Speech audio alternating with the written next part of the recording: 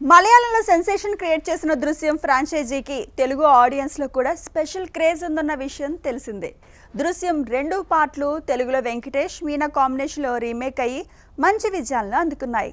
ముఖ్యంగా ఫ్యామిలీ ఎమోషన్స్తో పాటు థ్రిల్లింగ్ ఎలిమెంట్స్ను దర్శకుడు జీతూ జోసెఫ్ అద్భుతంగా మిక్స్ చేయడంతో కథ అన్ని భాషల ప్రేక్షకులను ఆకట్టుకుంది.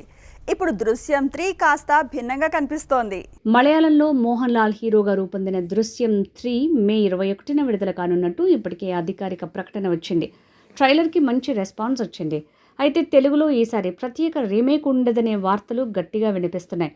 మలయాళ వెర్షన్ని నేరుగా తెలుగు డబ్బింగ్తో విడుదల చేయాలని మేకర్స్ భావిస్తున్నట్టు టాక్ నడుస్తోంది. దృశ్యం అంటే తెలుగు వారికి ముందుగా గుర్తుకొచ్చేది వెంకటేషే. కుటుంబ పెద్దగా, తన ఫ్యామిలీని రక్షించుకునే వ్యక్తిగా వెంకీ చూపించిన ఎమోషన్స్ ప్రేక్షకులను బాగా కనెక్ట్ చేశాయి. అందుకే 3వ భాగంలో కూడా వెంకటేష్ నటిస్తారని చాలామంది అభిమానులు భావించారు. కానీ తాజా సమాచారం ప్రకారం వెంకటేష్ ప్రస్తుతం వరుస ప్రాజెక్టులతో బిజీగా ఉన్నారని తెలుస్తోంది.